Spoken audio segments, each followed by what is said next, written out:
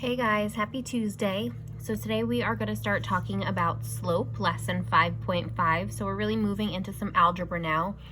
Today is just going to be looking at the very basics of slope, counting on a line, and just looking at the different types of slope that there are. Tomorrow, Mrs. Bala will introduce you to the slope formula, and you'll be taking more of an algebraic approach. So hopefully you have printed out your note sheet and you can follow along with me. If you don't have a printer, just write down what's most important on the lined paper, but you are going to want to follow along because a lot of this is important and you're going to need it as you're going through the different lessons. So first of all, the steepness of the line is just called slope. You may have heard the term slope when we're talking about skiing, hit the slopes. We're talking about that incline of the mountain. So circle the line with the biggest slope. What you need to know is that the greater the slope, the steeper the line, or the steeper the line, the greater the slope. So this line is the steepest and therefore would have the largest slope. The letter we use to represent slope is M. You don't really need to know why, but just a fun fact is that it comes from that French word monter, which means to climb or to rise. But you should know that we use M to represent slope. Okay, when given the graph of the line, we need to know a simple definition, and that is that slope is represented as rise over run. So we're talking about how many times or how far are we going up compared to how far are we going across. So slope is the ratio of the line's vertical change to its horizontal change.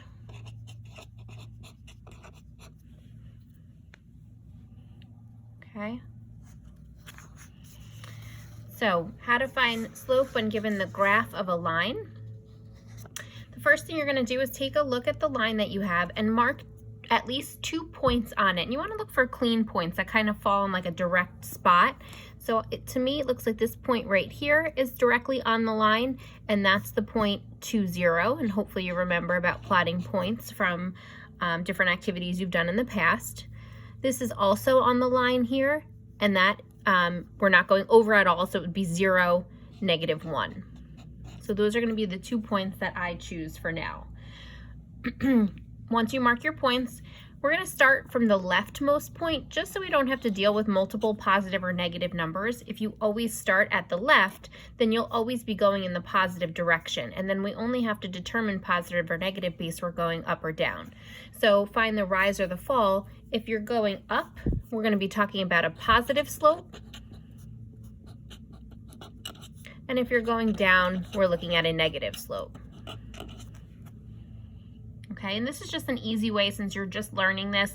You don't have to do it this way. If you've learned slope in the past and you know how to go the other direction, that's fine. But just to kind of keep it where we're not looking at a double negative happening, if you start at the leftmost point, then we're only talking about a positive or negative in terms of up or down. So now let's go ahead and find the slope of this line. So I'm looking for my rise over my run. If I'm going from this point up to this point, how many spaces am I rising? I'm going to just count up. I'm going up from here to here. I'm going up 1. That would be my rise. Now how far am I running? I'm running over 1, 2. That would be my run. So the slope of this line, move my little camera here, would be 1/2. To go from point to point, I went up 1, and then I went over 2 to go from this point to the next. Okay? This bottom part is just saying and trying to show you that you have to simplify slope. You simplify the ratio just the way you would simplify a fraction. So a line, all of these lines are exactly the same. They have the exact same slope, but the slopes that are given look different because of choosing the different points on the line. So these, they chose maybe 2 a little closer together. These are more spread out. This, we picked 1 down here, 1 up there. But no matter what, the slope of all of these lines, once we simplify them, is always going to be 1/2. Okay, so if the slope has the same steepness, you can choose any 2 points you want. So let's say I chose these 2, Mrs. Bala chose these 2, and you chose these 2. No matter what, once you simplify, your slope will be the same. So these would all be the correct slopes. Okay, let's flip over to the back. and practice finding slope. So again, you're gonna wanna start by just picking any 2 points on the line. So look for kind of nicer points, and then we can practice our counting. So I'm gonna start with this point here. Oops, sorry. And it looks like this would be another nice point. So if I wanna start at the leftmost point, figure out am I going up or down to go from here over to my next point, I'm gonna be going down 1, 2, 3 spaces. If I'm going down 3, I'm going to represent that with a -3. Okay, once you have your rise or your fall, now we're going to look at the run. So from this point, I'm going over 1, 2, 3, 4. So my run would be 4, my slope would be -3/4. Okay, for this one, I'm going to choose again 2 points. I'm going to look at this point down here. It does look like there's another point here, but I'm going to decide to pick this one just for argument's sake, because those are maybe the first 2 I saw. So again, I'm going from my leftmost point, I'm going up 1, 2, 3, 4, 5, 6, 7, 8 spaces, and I'm going over 1, 2. So my rise over my run would be 8/2. Now I can simplify that to be 4/1, or my slope would just be 4.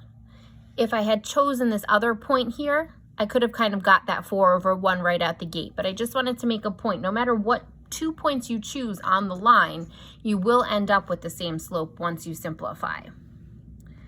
Okay, and let's look at the last one, starting with this point here. Okay, that would be the point -4, 0. And then it looks like this is another nice point right there, the point -1, 2. I'm going to go from my leftmost point, I'm going up 1, 2. So I'm going to represent that with a +2. And I'm going over 1, 2, 3, representing that with a +3. And my slope would be 2/3.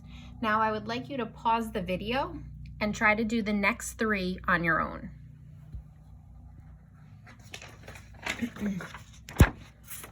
Okay, I'm going to just kind of show you the answer so you can check your own work. The first one should be a slope of -1, the second one is -2, and the third one is 1/3. So check your work. Hopefully you eventually got to the same answer. If you didn't, go back and figure out maybe did you count wrong, did you choose a point wrong that wasn't exactly on the line, and then go from there. Okay. Now let's just move to that bottom section.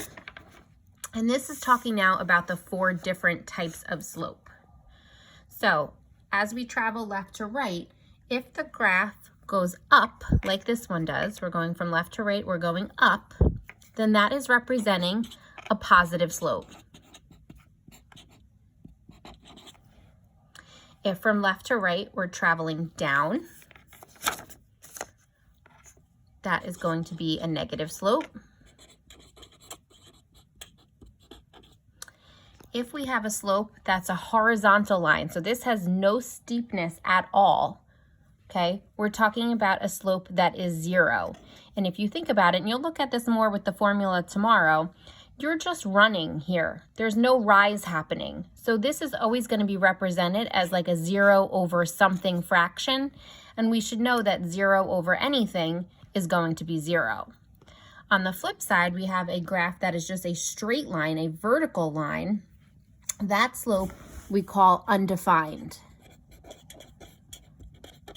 And again, if we think about this in terms of our rise over our run, we're really just rising to go from point to point, or falling to go from point to point. There's no run happening, which means our rise is going to be any number we choose, but our run is going to be 0. And hopefully you know that you can't actually divide by 0. If you were to put that in your calculator, you would get an error message.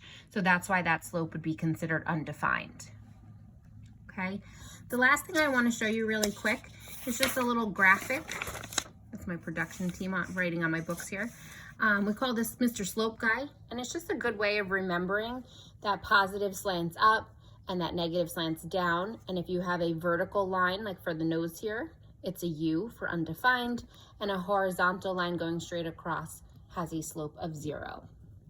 Okay, so again, for today's assignment, you're just going to be looking at the different types of slope and practicing counting from point to point.